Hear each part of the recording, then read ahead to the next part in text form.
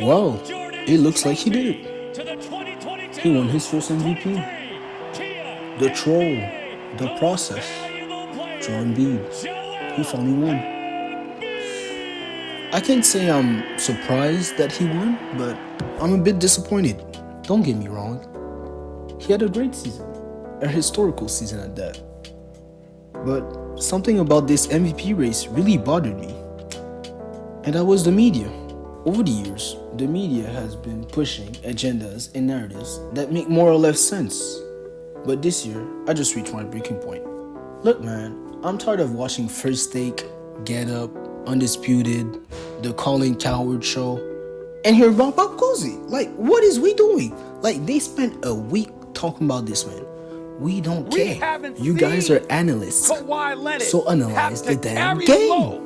Tell me why the Bucks half-court offense was so dreadful, why the Celtics switching scheme was so effective, why the Kings offense was so explosive, why some rookies translate better to the NBA than others. Tell me some things that I wouldn't know as a normal fan. No, y'all want to talk about narratives and how you feel about player A opposed to player B, and how an event is a legacy-defining one or not. Like, guys, please, let's stop that and do some real analysis and stop talking just to fill out airtime. And when you guys are just chatting, y'all say the most outlandish stuff. Like, let's look at it. I want Iguodala. That's right. And I know what that sounds like. And it's not fair to Steph because so much defensive attention is paid to him. And I'm not saying Steph's not a better shooter. He's a way better shooter.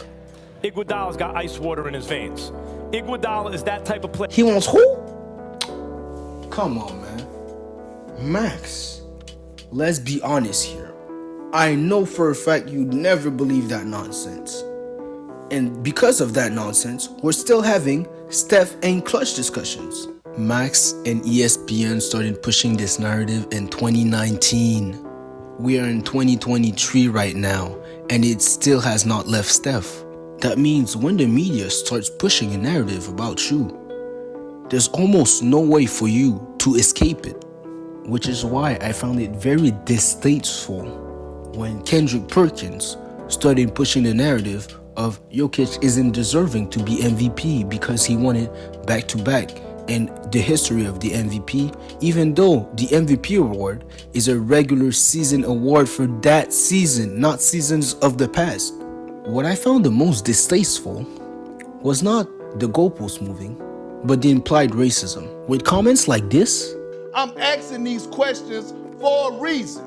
And so when I look at JJ and I hear him talk, because he's so big in analytics and he's a historian when it comes down to diving in deep and going back into history and talking about the evolution of the game, why didn't he never bring up this in particular subject?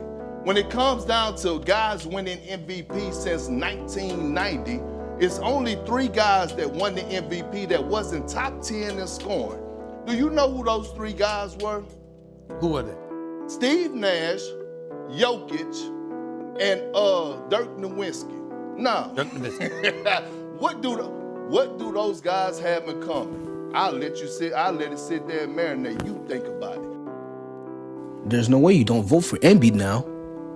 Because if you don't, you might seem racist. Even if you have good reasons.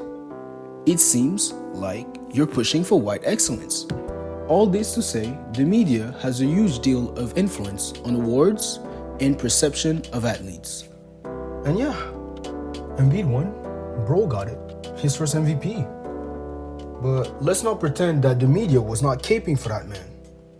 I guess all the crying and whining really paid off.